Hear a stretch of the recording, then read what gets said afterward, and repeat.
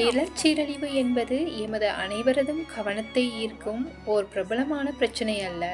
ஆனாலும் தினமும் எம்மை சுற்றி நடக்கும் எமது கவனத்தை ஈர்க்கக்கூடிய ஒரு விடயமாகும். இது இயற்கை சூழலை அழித்து விடுவதுடன் மனிதனது வாழ்வாதார வளர்ச்சியையும் முடக்கி விடுகின்றது. அத்துடன் உயிர் பல்வகைமை, உணவு பாதுகாப்பு, நீர் மூலங்கள் மற்றும் காலநிலை மாற்றம் போன்றவற்றில் பாதகமான விளைவுகளை ஏற்படுத்துகின்றது.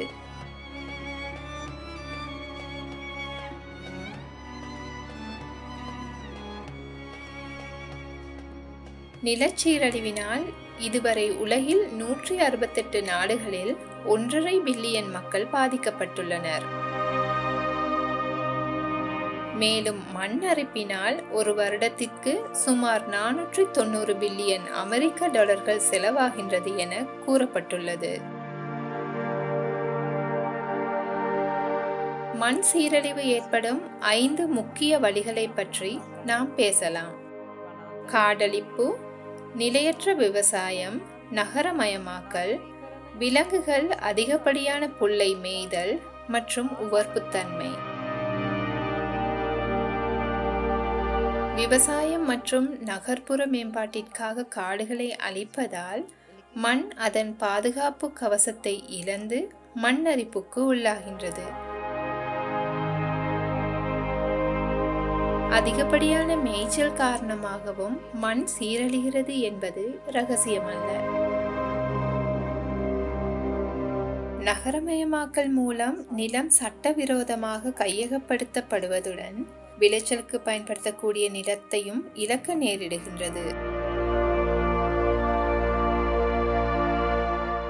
திறனற்ற விவசாயத்தினால் மண் ஊட்டச்சத்துக்களை இழக்கும் அதே வேளை நில சீரழிவும் ஏற்படுகின்றது.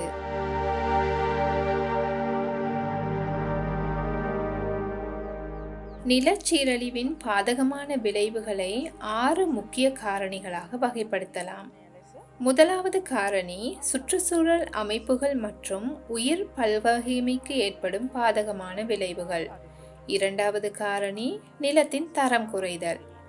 மூன்றாவது காரணி வாழ்விட இழப்பு. நான்காவது காரணி விலங்கு மற்றும் தாவர இனங்கள் அழிந்து போகும் அச்சுறுத்தல். ஐந்தாவது காரணி சீரழிந்த நிலத்தின் தண்ணீரை உறிஞ்சும் திறன் குறைவடைவதால் அது மண்ணின் மேற்பரப்பில் அழிவுக்குள்ளாகும் நீர் அளவை அதிகரிக்கின்றது. ஆறாவது காரணி மண் அரிப்பு அதிகரித்தல் மற்றும் நிலத்தடி மீள் நிரம்பல் குறைவடைவதை அவதானிக்கக்கூடியதாக இருத்தல்.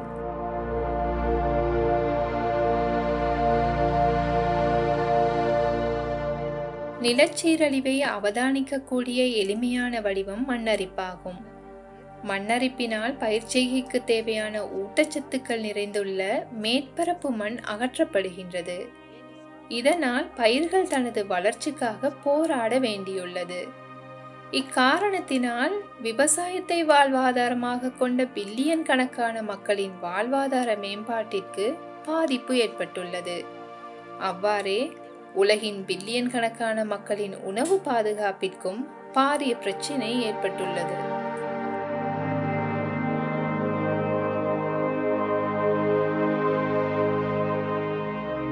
குறிப்பாக சிறு விவசாயிகள் அவர்களின் ஒரு பருவ விவசாயம் தோல்வியடையும் போது பயிர் மறுசீரமைப்புக்கு தேவையான மூலப்பொருட்கள் கிடைக்காமல் பாதிக்கப்படுகின்றனர்.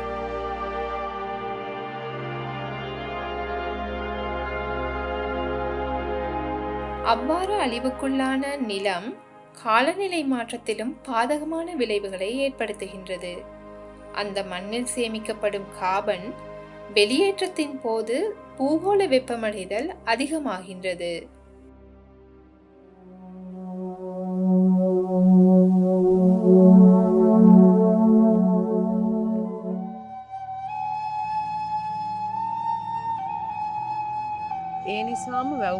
இதனால் குளங்கள் கிராமங்கள் மறுமலர்ச்சி திட்டம் திறனான விவசாயத்திற்கு அவசியமான மண் மற்றும் நில மேம்பாட்டிற்கு தேவையான அபிவிருத்தி நடவடிக்கைகளை மேற்கொண்டுள்ளது. இங்கு உலர் வலயம் முழுதும் பரம்பியிருக்கும் அருவித்தொடர் அமைப்புகளில் இந்நிலப்பகுதிகளின் அமைவிடத்தை கருத்தில் கொண்டு தேவையான நடவடிக்கைகள் திட்டமிடப்பட்டுள்ளன. முதலாவது செயற்பாடு வனவியல் விவசாயத்தை மேற்கொள்ளுதல். விசேடமாக உலர் வலயத்திலுள்ள சிறுகுள அருவித்தொடர் அமைப்புகளில் சிறு குளங்களின் கரை மேற்பரப்புகள் மனித தொழிற்பாடுகளுக்கு உட்பட்டவை. இங்கு குறிப்பாக சோளம் போன்ற குறுகிய கால பயிர்ச்செய்கைகள் அநேகமாக மேற்கொள்ளப்படுகின்றன. பொதுவாக மழைக்காலங்களில் இவ்வாறான பயிர்கள் குளத்தின் கரை மேற்பரப்பில் பயிரிடப்படுவதால் மண் கழிவு சென்று குளத்தில் சேருவதை அவதானிக்க முடியும். இதனால் சேற்றும் மண்ணை அகற்றும் நோக்கில் குளங்களை புனரமைக்கும் நடவடிக்கைக்காக அரசினால் அதிகப்படியான தொகை ஒதுக்கப்படுகின்றது. இந்த காரணத்தினால் எமது திட்டம் செயல்படுத்தப்படும் பகுதிகளில் அனைத்து சிறு குளங்களின் கரை மேற்பரப்புகளையும் வனவியல் விவசாயமாக மாற்றுவதற்காக பொருளாதார ரீதியாக அதிக லாபம் ஈட்டக்கூடிய மற்றும் அதிக காபனை சேமிக்கக்கூடிய தென்னை, மா, தோடை போன்ற பயிர்களை கரையோரங்களில் நீண்டகால பயிர்களாக நடப்படுகின்றது. இங்கு மண்ணரிப்பை தடுப்பதற்காக கரையோரங்களில் மண் முகடுகள் அமைக்கப்படுகின்றன. மேலும் தலைக்கூளம் போன்ற மண் பாதுகாப்பு முறைகளும் சொட்டு நீர் மற்றும் தெளிப்பு நீர்ப்பாசனம் போன்ற மேம்பட்ட நீர்ப்பாசன முறைகளும் அறிமுகப்படுத்தப்பட்டுள்ளன. குறைந்தளவான பசலை மற்றும் பூச்சிக்கொல்லிகள் தேவைப்படும் மூடு பயிர்கள் பயிர் செய்யப்படுவதுடன் அவற்றுக்கு தேவையான சக்தி புதுப்பிக்கத்தக்க எரிசக்தியை பயன்படுத்தி பெற்றுக்கொள்ளப்பட்டு அனைத்து சிறு குளங்களின் கரை மேற்பரப்பும் வனவியல் விவசாயமாக மாற்றியமைக்க முடிந்துள்ளது.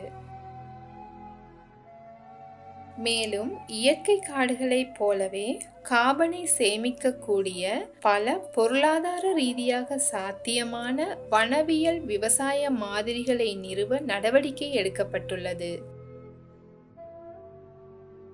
இரண்டாவது காரணி வீட்டுத் தோட்டம் மற்றும் வணிக பயிர்ச்செய்கைக்கு ஏற்படும் தாக்கம். இங்கு நிலத்தின் சாய்வுக்கு ஏற்ப மண்ணரிப்பை தடுப்பதற்காக மண் முகடுகள் நிறுவப்படுவதுடன் குறைந்த நில தயாரிப்புடன் கூடிய நீண்டகால பயிர்கள் அறிமுகப்படுத்தப்பட்டுள்ளன. மேலும் மண்ணரிப்பை தடுப்பதற்காக மூடு பயிர்கள் மற்றும் தலைக்கூளங்களை பயன்படுத்துதல் போன்ற நடவடிக்கைகளும் அறிமுகப்படுத்தப்பட்டுள்ளன. மேலும் மண்ணில் சேமிக்கப்படும் கார்பன் அளவை அதிகரிக்க கரிம உரம் மற்றும் அசோலா போன்ற பசுந்தாள் உரங்களை பயன்படுத்தும் முறைகளும் அறிமுகம் செய்யப்பட்டுள்ளன. வீட்டுத் தோட்டம் மற்றும் வணிக பயிர் நிலங்களை சுற்றி கிளிசேரியா போன்ற தாவரத்தை பயன்படுத்தி உயிர் வேலிகளை அமைத்து நிலத்திலிருந்து அகற்றப்படும் ஊட்டச்சத்துக்கள் மீண்டும் நிலத்திற்கே வந்தடைய தேவையான நடவடிக்கைகள் மேற்கொள்ளப்பட்டுள்ளன.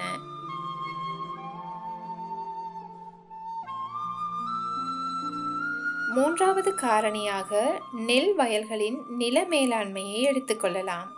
இங்கு நெல் வயல்களின் நிலத்தையும் நீரையும் திறம்பட நிர்வகிக்க லேசர் தொழில்நுட்பத்தை மூலம் நிலத்தை சமப்படுத்துதல் அறிமுகம் செய்யப்பட்டுள்ளது.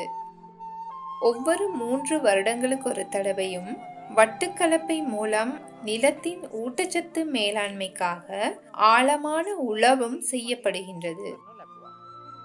இங்கு நீண்ட காலமாக நெல் சாகுபடியால் ஏற்படும் நிலச்சீரழிவை தடுப்பதற்காக ஒவ்வொரு 2 பருவங்களுக்கிடையிலும் சன்ஹெம் சாகுபடி தொடர்பாகவும் அறிமுகம் செய்யப்பட்டுள்ளது.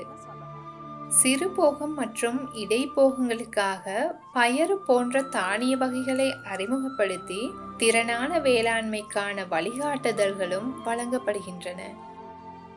இவ்வாறான நிலச்சீரழிவை தவிர்க்கும் உத்திகளை பயன்படுத்துவதன் மூலம் உலர் வலயத்திலுள்ள சிறு குளங்கள் அருவித்தொடர் அமைப்புகளை நீர் மற்றும் உணவு பாதுகாப்பை வழங்கக்கூடிய நிலையான உயிர் பல்வகைமையை கொண்ட சூழலமைப்பாக மாற்றியமைக்க முடியும்.